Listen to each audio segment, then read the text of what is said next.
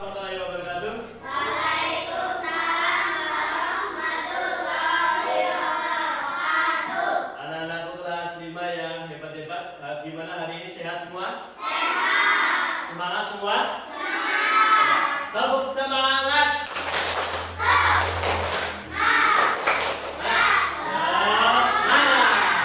Oke, pada kesempatan di pagi hari ini nanti kita akan membuat yang namanya kesepakatan kelas. Apa? Kesepakatan kelas.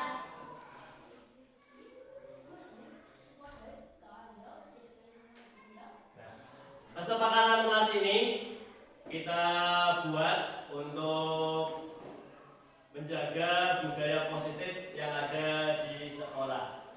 Salah satunya yaitu kita membuatkan kesepakatan kelas dari segi lingkungan kelas dulu, khususnya di kelas 5 ini. Bagaimana di kelas 5 ini? Menyenangkan apa tidak? Menyenangkan. Suka di kelas 5? Suka. Ya, makanya untuk kegiatan pembelajaran agar nyaman, menyenangkan, ya, juga bergembira, kita membuat kesepakatan kelas. Coba ada yang tahu kesepakatan kelas yang baik apa? Tunjuk jari. Ya, si Patrick. Tidak makan di kelas. Ya, tidak makan di kelas. Ya. Di kelas. Tepuk tangan buat Patrick. Sekarang yang Putra. Kira-kira untuk kesepakatan kelas yang kita bangun apa lagi? Ya, Tama. Tidak membuli teman. Ya, tidak membuli teman. Ya.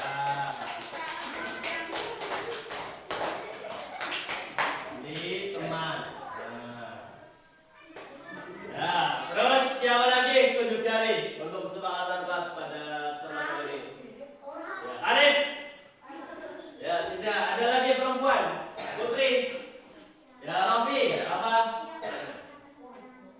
Tidak membuang sampah sembarangan. Ya, tidak membuang sampah sembarangan.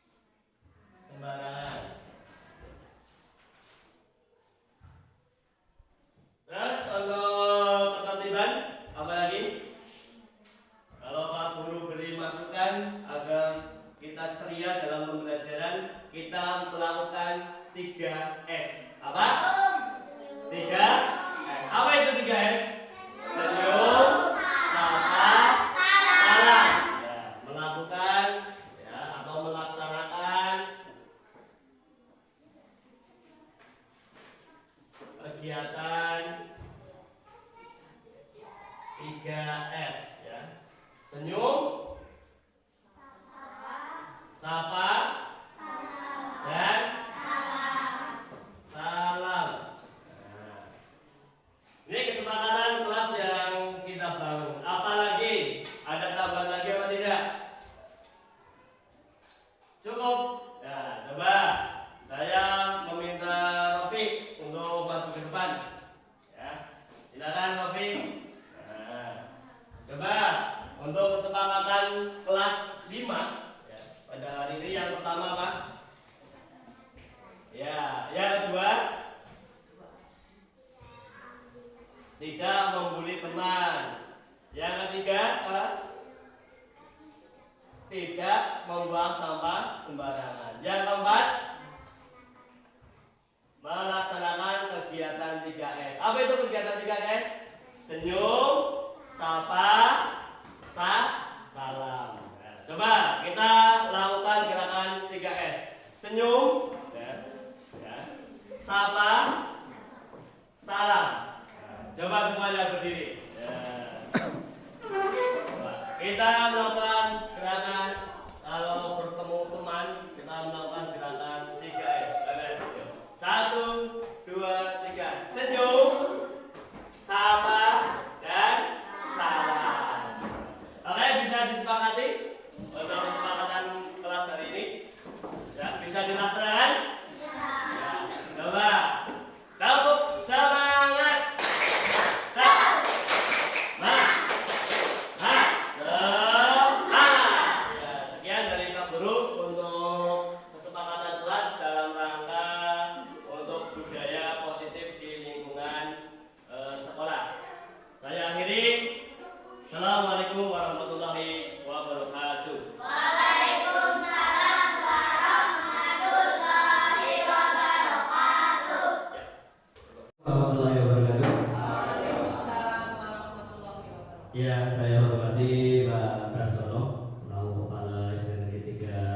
pikiran.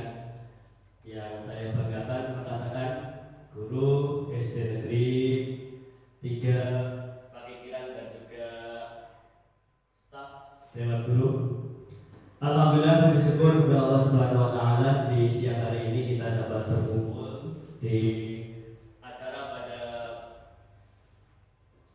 kesempatan hari ini, dan nanti ada halangan suatu apapun, yaitu tentang sosialisasi budaya positif di sekolah sebagai pemenuhan tugas saya selaku CGP Angkatan 5 Kabupaten Banjarnegara. Salawat serta salam semoga tetap tercurah kepada baginda Nabi Muhammad sallallahu alaihi wasallam. Semoga kita semua senantiasa mendapatkan syafaatnya besok di yaumul qiyamah. Allahumma amin ya rabbal alamin.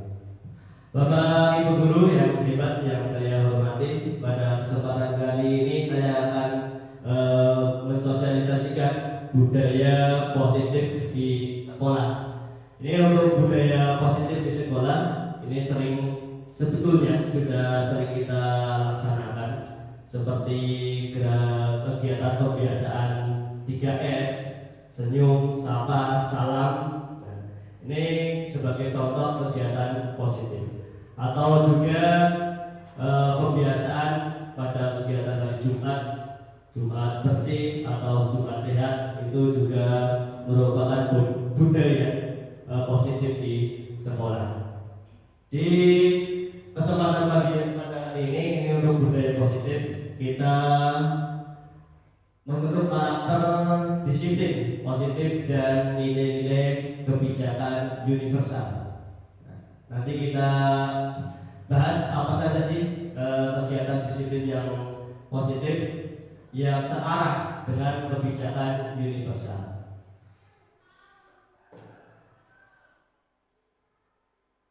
Untuk pada kesempatan hari ini nanti kita akan membahas tentang teori kontrol, hukuman, dan juga ada penghargaan, dan juga ada restitusi untuk menyelesaikan sebuah permasalahan peserta didik. Dan nanti untuk implementasinya yaitu tentang membentuk keyakinan kelas pada setiap kelas masing-masing. Menurut teori William Glasser dalam teori kontrol, choice teori meluruskan beberapa miskonsepsi tentang makna kontrol. Yang pertama yaitu ilustrasi guru mengontrol murid. Jadi manusia ini sejatinya tidak dapat dikontrol oleh orang lain selama manusia tersebut tidak mengizinkannya. Jadi posisi kontrol ini berdasarkan dengan izin atau kemauan dari siswa tersebut. Begitu juga dengan murid, ini hanya dapat dikontrol jika murid tersebut mengizinkannya, sehingga guru tidak dapat memaksa murid untuk melakukan sesuai dengan harapan dan keinginannya. Yang kedua yaitu ilustrasi bahwa semua penguatan positif itu efektif dan bermanfaat. Penguatan positif atau bujukan itu adalah sebuah bentuk kontrol segala usaha untuk mempengaruhi murid agar mengulangi sesuatu perilaku tertentu. Usaha untuk mengontrol murid, namun dalam jangka waktu tertentu murid menyadari dan akan menolak bujukan, atau bisa jadi siswa tersebut ketergantungan akan bujukan atau reward. Ini ilustrasi bahwa semua penguatan positif itu efektif dan bermanfaat. Yang ketiga yaitu tentang ilustrasi bahwa kritik membuat orang bersalah dapat menguatkan karakter. Sebagai contoh misalnya menguatkan kritik dan rasa bersalah untuk mengontrol murid menuju pada identitas gagal. Jadi dengan membuat murid merasa bersalah, terus agar dapat mengikuti apa keinginan kita. Ini bisa terlaksana cuma dengan waktu tertentu, tidak dapat menumbuhkan kesadaran sendiri terhadap murid. Selanjutnya yaitu tentang makna disiplin. Sebelum makna disiplin, ini posisi kontrol pada murid yang lebih cocok, yaitu tentang ilustrasi bahwa orang dewasa memiliki hak untuk memaksakan. Ini juga dalam ilustrasi bahwa orang dewasa atau guru bertanggung jawab untuk membuat murid-murid berbuat hal tertentu sesuai kemauan mereka. Ini dengan memaksa, dengan aturan, hukuman tidak akan berdampak jangka panjang dan akan menghasilkan hubungan permusuhan. Mungkin kita masih terngiang lah pada waktu kita sekolah, misalnya dari pernah kelas 3 SD mungkin pernah dicubit oleh gurunya atau dimarahin ya oleh gurunya. Nah, ini akan menimbulkan kalau sekarang namanya trauma ya. Jadi sesuatu kejadian yang terus diingat terus. Nah, ini nanti akan berdampak pada jangka panjang terhadap siswa itu sendiri, dan bahkan ini dapat menghasilkan sebuah hubungan permusuhan. Makna disiplin ini yaitu disiplin dengan tata tertib, teratur, dan kepatuhan pada peraturan. Kata disiplin juga sering dihubungkan dengan hukuman. Disiplin positif tidak harus dengan memberi hukuman, justru itu adalah salah satu alternatif terakhir dan bila perlu tidak digunakan sama sekali. Jadi misalnya ada permasalahan dengan siswa, ya, kita alternatif memberikan hukuman ini alternatif yang terakhir, atau bahkan sama sekali jangan sampai anak diberi hukuman. Kenapa demikian? Yaitu tentang ini. Dari tujuan dari disiplin yaitu menciptakan atau menerapkan disiplin di sekolah, yaitu menciptakan lingkungan yang positif.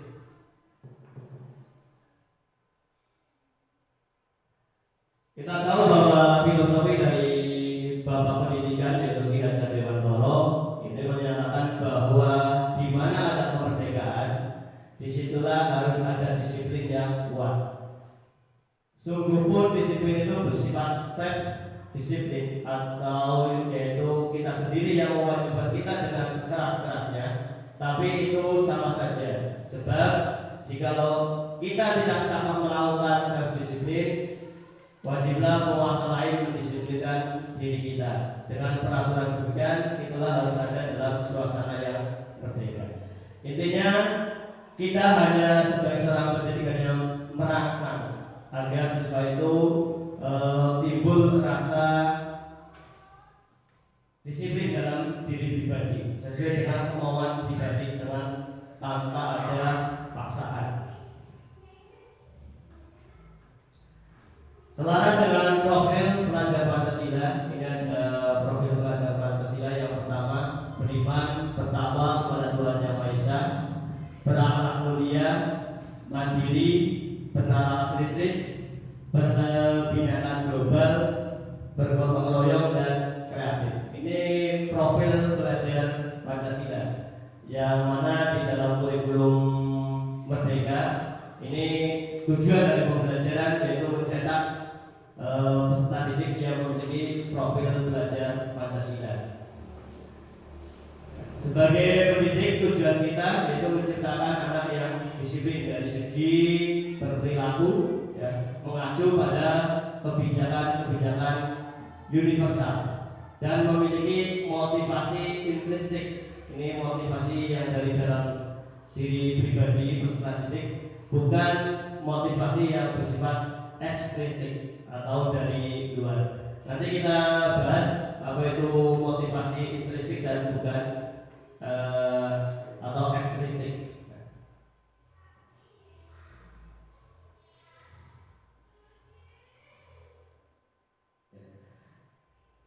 teori dari Diana Gosen dalam bukunya Constructing School Discipline ini menyatakan ada 3 motivasi perilaku manusia. Yang pertama, karena disiplin itu untuk menghindari ketidaknyamanan atau hukuman. Jadi peserta didik mentaati peraturan karena takut agar tidak dihukum mungkin oleh gurunya.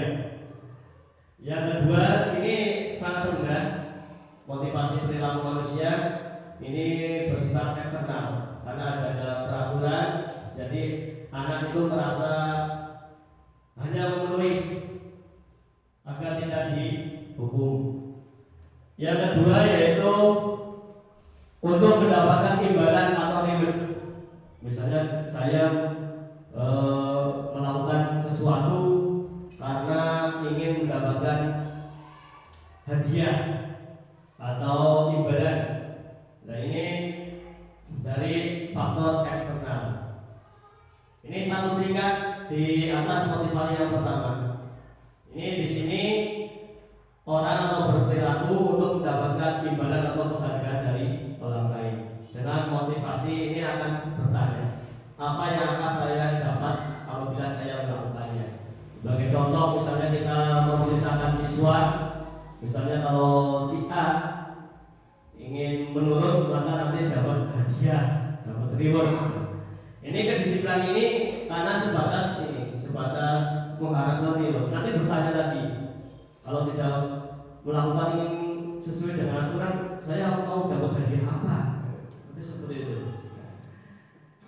Terus yang selanjutnya yaitu tentang untuk menjadi orang yang mereka inginkan dan menghargai diri sendiri dengan nilai-nilai yang mereka percaya. Nah ini untuk menerapkan disiplin dari pribadi. Orang dengan motivasi ini akan bertanya, akan menjadi orang seperti apa saya apabila saya melakukannya. Mereka melakukan sesuatu karena nilai-nilai yang mereka yakini dan hargai, dan mereka melakukannya karena mereka ingin menjadi orang yang melakukan nilai-nilai yang mereka yakin tersebut. Ini adalah motivasi yang akan membuat seseorang memiliki disiplin positif, karena motivasi berperilakunya bersifat internal, bukan eksternal. Kalau yang dua tadi karena menghindari hukuman, yang pertama, yang kedua karena ingin hadiah, ini faktor eksternal. Tapi kalau faktor internal ini timbul dari pribadi peserta didik. Saya melakukan kebajikan universal, misalnya sopan santun, membuang sampah pada tempatnya. Ini karena itu suatu nilai-nilai yang dihargai. Jadi betul-betul dari dalam kesadaran dari dalam hati atau pribadi peserta didik, tidak karena imbalan atau tidak karena hukuman. Ini yang perlu diterapkan dalam lingkungan sekolah. Jadi mencetak generasi yang memiliki kesadaran akan nilai-nilai kebijakan universal. Sebagai contoh, ini ada sebuah kasus. Iva kurang menguasai pembelajaran matematika, sehingga pada saat pembelajaran tersebut berlangsung, dia lebih banyak berdiam diri atau menggambar di buku pelajaran. Pada saat guru matematikanya Pak Seno menanyakan pertanyaan, Iva menjadi gugup dan tidak sengaja menjatuhkan tasnya dari kursi, serta tiba-tiba menjadi gagap pada saat berupaya menjawab. Seluruh kelas pun tertawa melihat perilaku Iva yang berbicara tergagap dan terkejut tersebut. Pak Seno pada saat itu membiarkan teman-teman Iva menertawakan Iva yang tergagap dan malu luar biasa. Dan malahan Iva meminta Iva untuk maju ke depan dan berdiri di depan kelas sambil menunjuk hidungnya karena tidak bisa menjawab pertanyaan Pak Seno. Kelas semakin gaduh dan anak-anak pun tertawa melihat Iva di dalam kelas memegang ujung hidungnya. Ini untuk sebuah kasus tadi. Ini misalnya dalam suatu pembelajaran tentang kondisi peserta didik.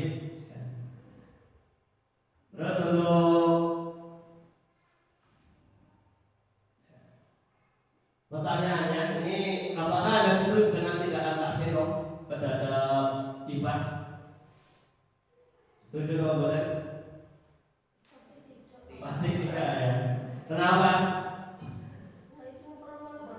Ya, mempermalukan ya. Yang kedua, menurut Anda tindakan Pak Seno terhadap IFA adalah sebuah hukuman atau konsekuensi. Ya, jadi tadi meminta IFA agar ke depan kelas untuk memegang hidung dan berdiri itu sebuah hukuman atau konsekuensi tindakan IFA karena tidak bisa menjawab. Hukuman, ya, ya, betul ya. Jadi mari kita bahas apa itu yang termasuk hukuman, konsekuensi dan restitusi.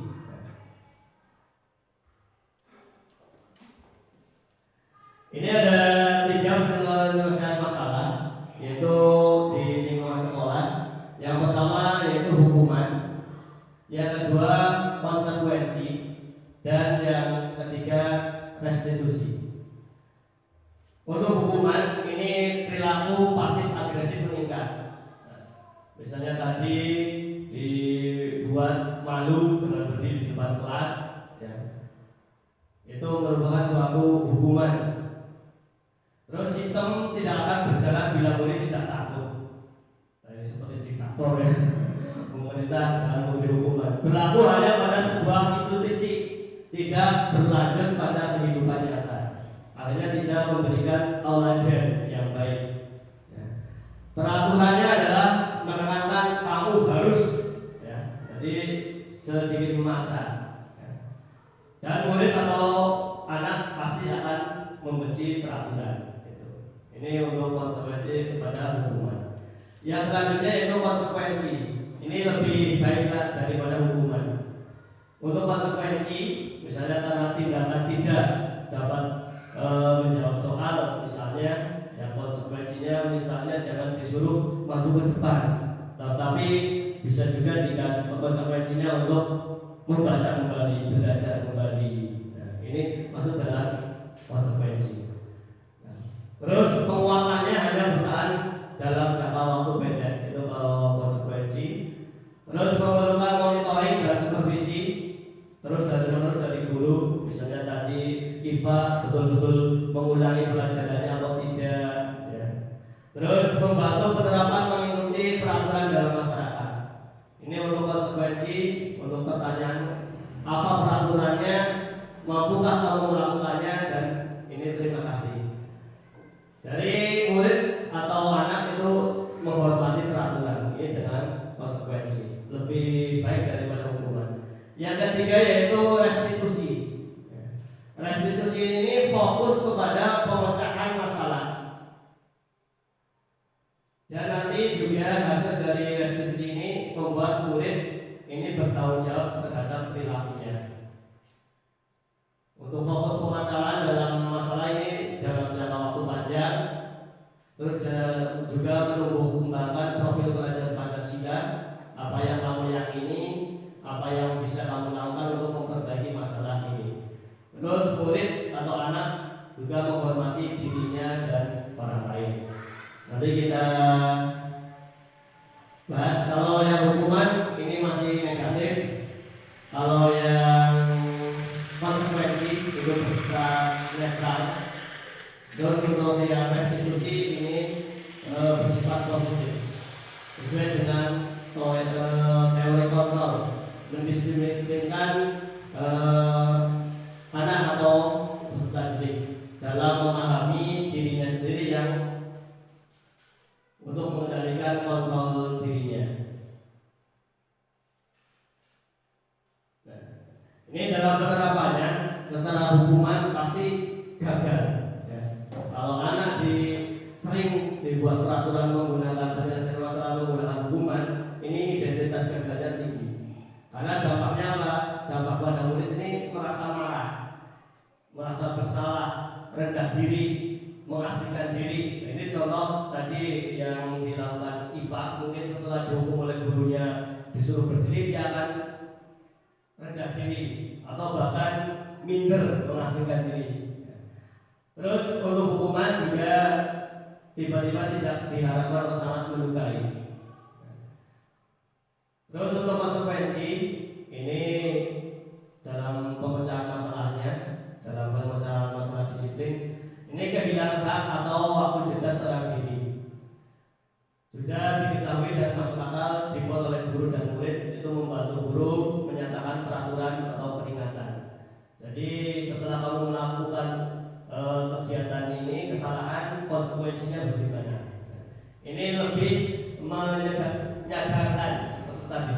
atas kesalahannya. Tapi kalau restitusi nanti ini berupa penguatan atau bimbingan dari guru kepada murid.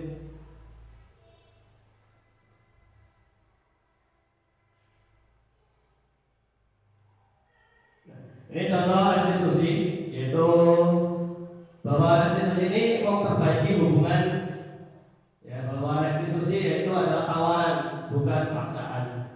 Restitusi yaitu kodratnya menuntun untuk melihat ke dalam diri. Restitusi diri adalah cara yang baik. Yang kelima, restitusi fokus pada karakter bukan tindakan. Restitusi itu menguatkan. Restitusi fokus pada solusi. Terus restitusi mengembalikan murid yang berbuat salah pada kelompoknya. Ini ada segitiga restitusi. Jadi dalam segitiga restitusi itu apabila terjadi permasalahan, ini ada beberapa tahapan. Yang pertama yaitu menstabilkan identitas. Misalnya si A berantem dengan si B. Ini kita stabilkan dulu. Dari segi emosinya, ya, dari segi pemecahan masalah juga sama. Contohnya yang untuk menstabilkan identitas yaitu mengajak dialog siswa bahwa setiap orang pasti pernah melakukan kesalahan. Terus kamu bukan satu-satunya yang pernah melakukan ini. Setelah menenangkan anak, baru validasi tindakan salah. Diajak berdialog. Apakah betul tindakan yang kamu lakukan? Terus bagaimana kamu memperbaiki kesalahan kamu? Ini anak lebih diajak ke dialog dan diarahkan kepada hal-hal penguatan kepribadian yang positif. Terus menuju kepada keyakinan kelas yang telah disepakati. Kita tahu bahwa setiap tahun ajaran baru, bahkan peserta didik baru juga, dalam setiap pembelajaran ada aturan kelas. Aturan kelas itu dibuat untuk disepakati bersama murid dan juga guru. Misalnya aturan kelas tidak boleh makan di dalam kelas. Misalnya lagi tidak boleh membuli temannya. Ini dituangkan dalam peraturan kelas. Nanti perbuatan yang tidak sesuai dengan itu dikembalikan lagi ke dalam peraturan kelas yang telah dibuat. Jadi posisi kontrol di sini dengan segitiga restitusi. Jadi kita tidak hanya menyelesaikan masalah, tetapi kita mengembalikan, menambahkan nilai-nilai positif yang ada pada anak. Sebetulnya anak itu juga ada sisi kebutuhannya. Ini langkah-langkah segitiga restitusi, yaitu tadi menstabilkan identitas, terus validasi tindakan salah. Kita diskusikan dengan anak apakah perbuatan tadi sudah betul atau tidak. Nanti kembali lagi kepada keyakinan kelas. Keyakinan kelas ini bisa sesuai dengan, kalau keyakinan sekolah ya tata tertib sekolah yang setiap hari Senin dibacakan, itu sudah memuat keyakinan sekolah, dan kita teruskan lagi menjadi keyakinan kelas. Sebetulnya anak, ya, ini kebutuhan dasar manusia di dunia ini yang pertama yaitu pasti bertahan hidup. Dari bertahan hidup ini ada kasih sayang dan rasa diterima. Jadi mungkin ini sering banget dialami oleh siswa-siswa yang mungkin broken home, ya, atau kurang terawat, kurang kasih sayang orang tua. Itu sebetulnya usianya itu karena minta diperhatikan. Apalagi kelas 1 ya Bu. Kelas 1 kan gurunya benar-benar seperti ibu, ya. Ya, seperti ibu, benar-benar kasih sayang. Terus ada lagi yaitu bertahan hidup dengan penguasaan. Ini biasanya murid kelas 6 yang kebutuhan anak tersebut. Apakah itu nakalnya karena dia mempunyai sifat ingin menguasai, ya, atau hanya kesenangan, ya. Nah ini nanti untuk mengembalikan kepada kodrat anak itu kita dari kebutuhan dasar ini ditelaah apa karena kebebasan. Ini kebutuhan dasar manusia ada bertahan hidup yang pertama, terus kasih sayang dan rasa diterima, kebebasan, kesenangan, dan penguasaan.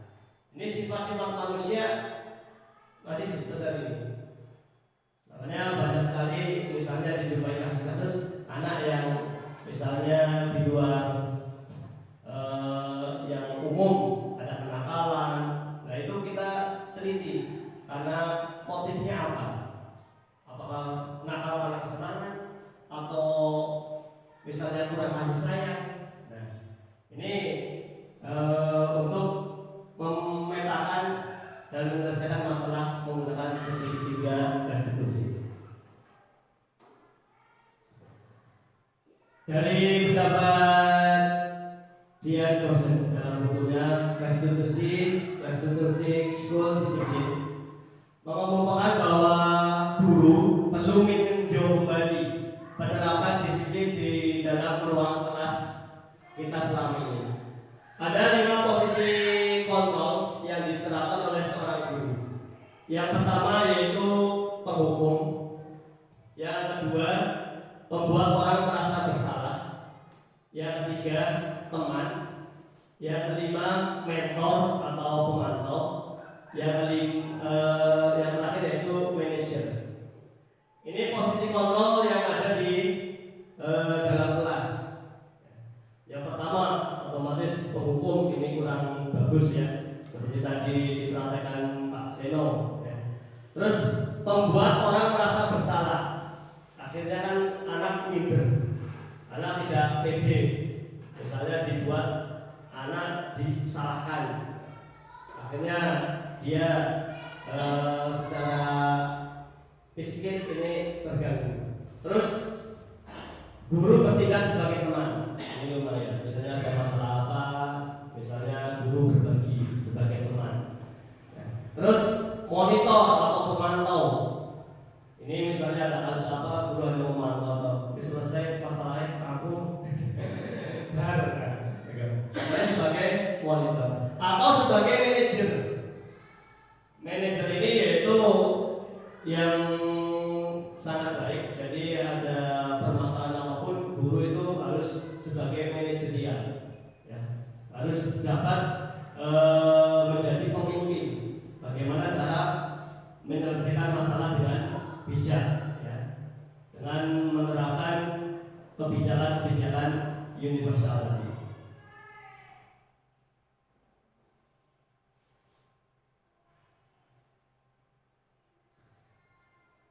Terus untuk nilai-nilai kebajikan keyakinan sekolah, ini sebetulnya ada di visi-misi sekolah, yaitu tentang nilai-nilai bertanggung jawab, saling menghargai, saling menghormati, sopan santun.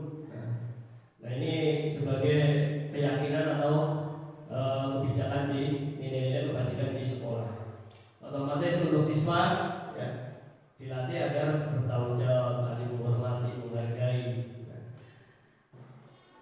Setelah nilai-nilai kebajikan atau keyakinan sekolah dikerucutkan lagi menjadi nilai-nilai kebajikan kelas. Ya seperti tadi dikembalikan sebelum tahun ajaran baru, mungkin kita sudah membuat peraturan sekolah, peraturan kelas atau nilai-nilai kebajikan kelas. Misalnya anak harus bersifat positif, senantiasa menjadi diri terbaik, berkomitmen terhadap setiap tugas, senantiasa membantu temannya yang butuh bantuan, dan misalnya juga ada selalu membuang sampah pada tempatnya. Ini nilai-nilai keyakinan kelas yang dibangun. Bisa juga yang lain sebagainya. Ini sebagai contoh. Ini tergantung dengan kebutuhan kelas itu sendiri dan juga peserta didiknya.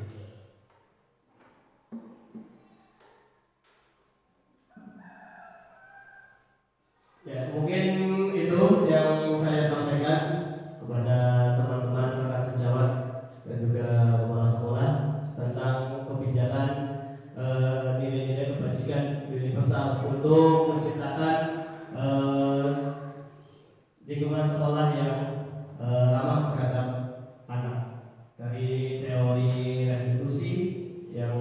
tonjolkan tadi untuk menyelesaikan permasalahan yang terjadi di sekolah. Sekian dari saya.